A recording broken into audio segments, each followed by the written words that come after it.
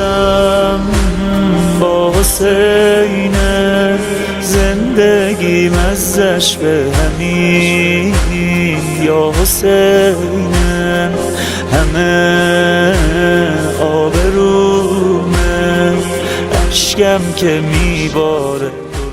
کبھی کبھی بیجا آزادی انسان کو تباہ کر دیتی ہے.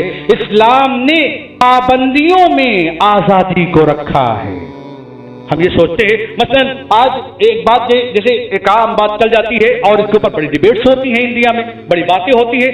حجاب اسلام نے زیادتی کے طور پر رکھا ہے.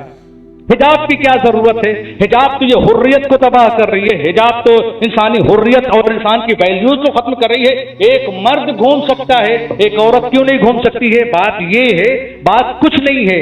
جن لوگوں نے حجاب کے نام پر آج جا کر اس کے اوپر کوئی بحث کرنے کی ضرورت نہیں ہے، ڈرتے وہ یہ ہیں کہ کہیں قوم اور ملک کی لڑکیاں کہیں حجاب کی فضیلت کو نہ جان لیں، ورنہ پھر بازاروں میں نمائش کے لیے کون آئے گا؟ کیونکہ مرد سماج کو کوئی چاہیے جو ان کے اندر کے شیطان کو اطمینان دے سکے، جو اندر کی ان کی ہوا و ہوس کو ان کے پروان چڑھا سکے.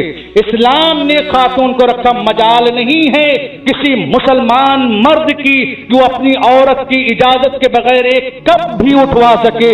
یہ اسلام نے مقام دیا ہے خاتون کو. مقام کیسا ہے؟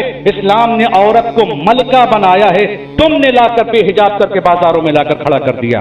اس کی وجہ کیا ہے؟ وہ یہی چاہتی ہیں کیونکہ اپنے خواہشات کو پورا کرنے کے لیے اسلام نے لہذا کچھ چیزوں کو کوئی طریقے سے قبول نہیں کیا.